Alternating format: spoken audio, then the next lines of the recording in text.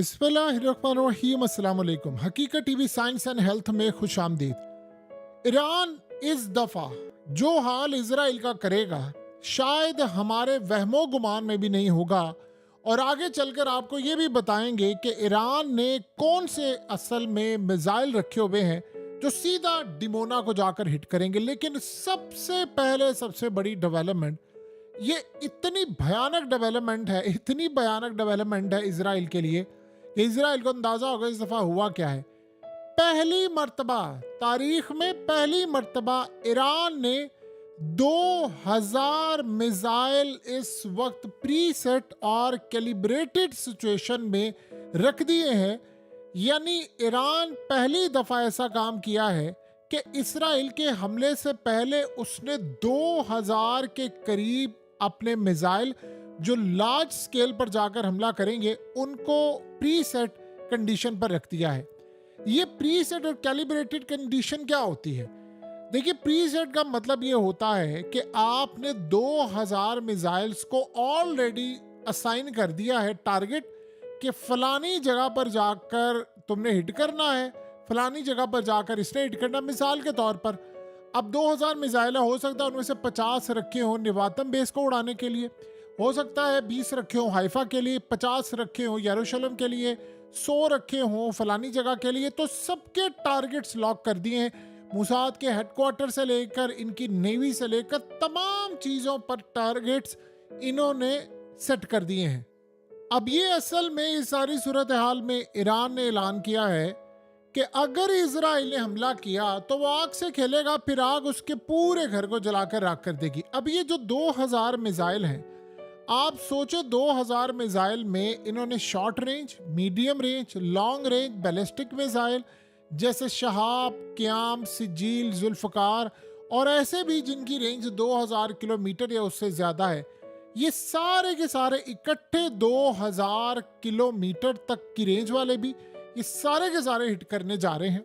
और ये इतना बड़ा हमला होगा, इतना बड़ा हमला होगा कि इसमें ईरान को ये सोचना नहीं है कि इजराइल हमला करेगा तो हम देखेंगे, अच्छे वक्त पर जवाब देंगे। प्री सेट कंडीशन कर दी है, पहले से लगा कर रखे हुए हैं। यहां से हमला हुआ, वहां से बटन दबा। अब ये नहीं पता कि इस सारी सूरत हाल में उन्होंने करना क्या। दो स्ट्रेटजीज हो सकती है अगर इजराइल ने हमला किया। एक तो अगर उनका नाकाम हो गया, क्योंकि आपको पता है ऑलरेडी हकीकत टीवी आपको तफसीली बता चुका है कि छोटी सी भी मिस्टेक हुई इसराइल से इस हमले में, क्योंकि रीफ्यूलिंग करनी है उन्होंने खासतौर पर बंकर बस्टर बम लेकर जाने हैं।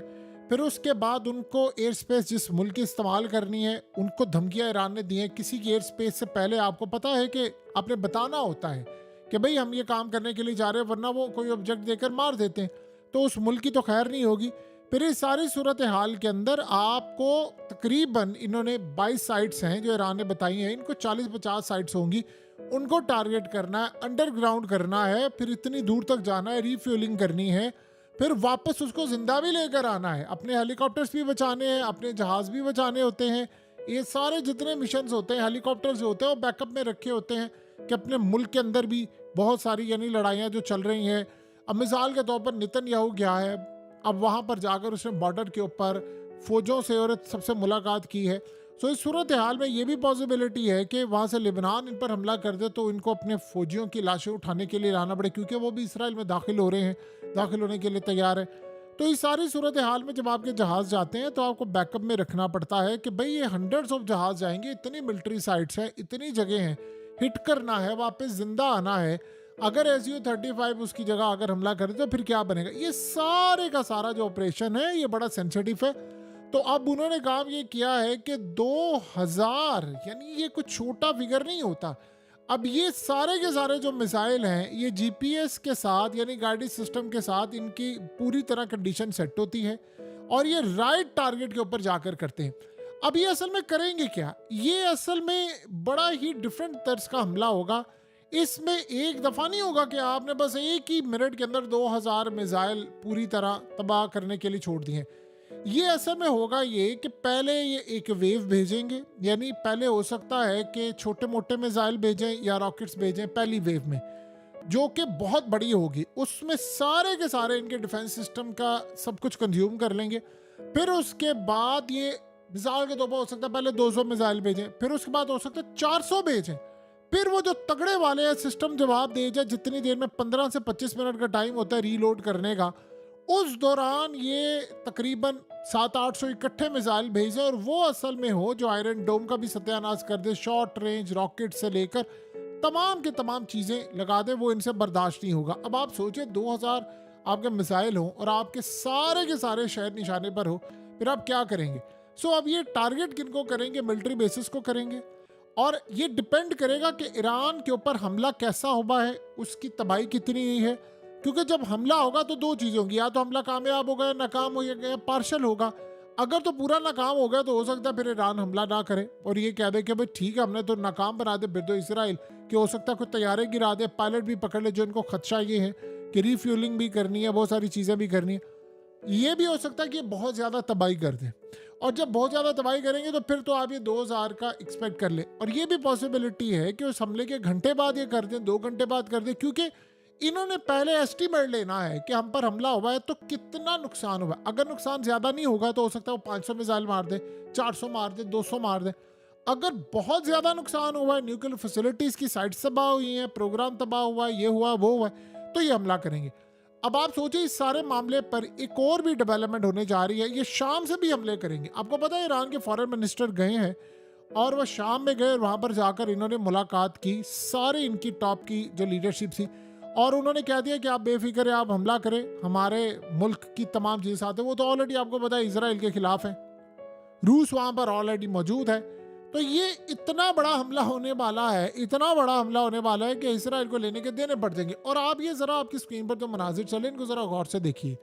ये असल में डिमोना को सामने रखते हुए ईरान ने ये वॉर गेम्स की थी और उन्होंने कहा था कि हमने डिमोना को टारगेट करने के लिए अपने ये मिसाइल रखे हैं। इनमें बहुत सारे ऐसे हैं जो 2000 किलोमीटर की रेंज के हैं, ऐसे भी हैं जो 1500 से 1800 किलोमीटर की रेंज के हैं, डिपेंड करता है। ये असल में वो मिसाइल हैं जो उन्होंने इजीली हिट करने हैं डिमोना को, और अगर इन्होंने हमला किया तो आप समझ लो ये नहीं छोड़ेंगे उसको। देखिए सबसे बढ़कर बात ये होगी कि इन्होंने एक और भी काम करना है, साथ में करना है साइबर हमला, जिससे सबसे पहले कोशिश होगी कि इसराइल का जो एयर डिफेंस सिस्टम है उसको न्यूट्रलाइज करे, ताकि इनके जो यानी मिसाइल है वो Iron Dome, David Sling, Arrow missile defence सब इसको बीट करते हुए जाकर सीधा टारगेट पर हिट करें।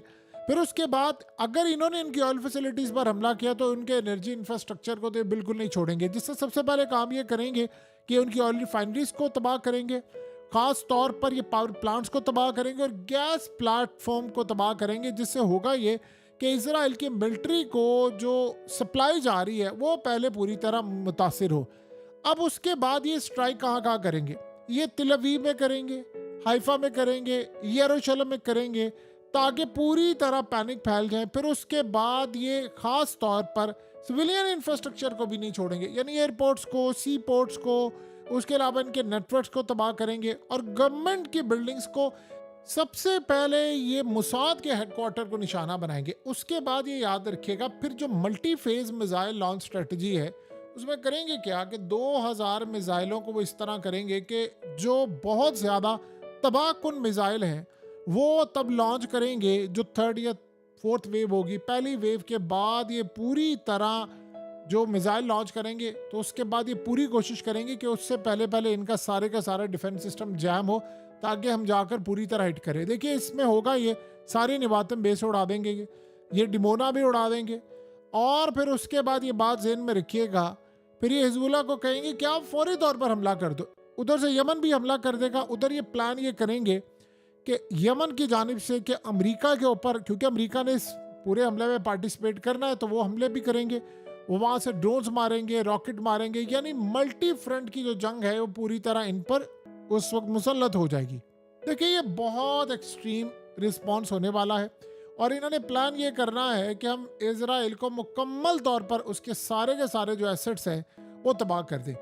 अब ये बात इसराइल को पता है कि ये सब कुछ होने वाला है, सो लिहाजा इस सारी सूरत हाल में उन्होंने प्लान ये किया है कि सबसे पहले उनको मसला ये पड़ा हुआ है कि जो 2000 मिसाइल हैं ये कुछ है ये हम पर हमलावर तो होंगे, लेकिन उससे पहले हमें काम ये करना है कि हमारे F-35 जो बंकर बस्टर बम F-15 के साथ लेकर जाएं तो हम जिंदा वापस आएं, क्योंकि ये भी सूरत हाल हो सकती है कि आप नाकाम हो जाएं। ऐसा तो होगा नहीं कि पूरी तरह वो जाएंगे सब कुछ तबाह करेंगे फलाना करेंगे, वो नाकाम भी लौटेंगे। तो इस सूरत हाल में अगर उनका कोई तैयारा तबाह हो जाता है या F-35 को नुकसान पहुंचता है, क्योंकि चाइना और रूस इस दफ़ा याद रहे सबकी ये कोशिश होगी कि ईरान के ऊपर ये मौका वो हाथ से जाने ना दे, F-35 को गिरा कर दम ले। और इसमें F-35 एक दफ़ा इनके पास आया तो आपको पता है कि फिर F-35 तो फिर यूक्रेन की जंग में इस्तेमाल भी होना है और चाइना के खिलाफ भी इस्तेमाल करना है ताइवान के लिए। तो सबकी कोशिश होगी F-35 एक दफ़ा गिराया जाए, इसराइल का ख़ास तौर पर, क्योंकि इसराइल का अपग्रेडेड है और उनका अमेरिका से भी अच्छा, अमेरिका से लिया हुआ है और उसमें अपग्रेड कर सकते हैं। वैसे किसी को इजाज़त नहीं है करने की, लेकिन ये कर सकते हैं इसराइली। और कहते थे हम इसलिए कर सकते हैं क्योंकि हम पार्ट सप्लाई करते हैं इसकी। सो लिहाजा ये 2000 मिसाइलों की जंग ये इसराइल के यानी कोने कोने को जलाकर राख कर देगी। हकीकत टीवी साइंस एंड हेल्थ की इस वीडियो के नीचे कमेंट ज़रूर कीजिए, अपनी राय का इजहार ज़रूर करें और इस वीडियो को हर जगह शेयर करते हुए चैनल को सब्सक्राइब ज़रूर करें।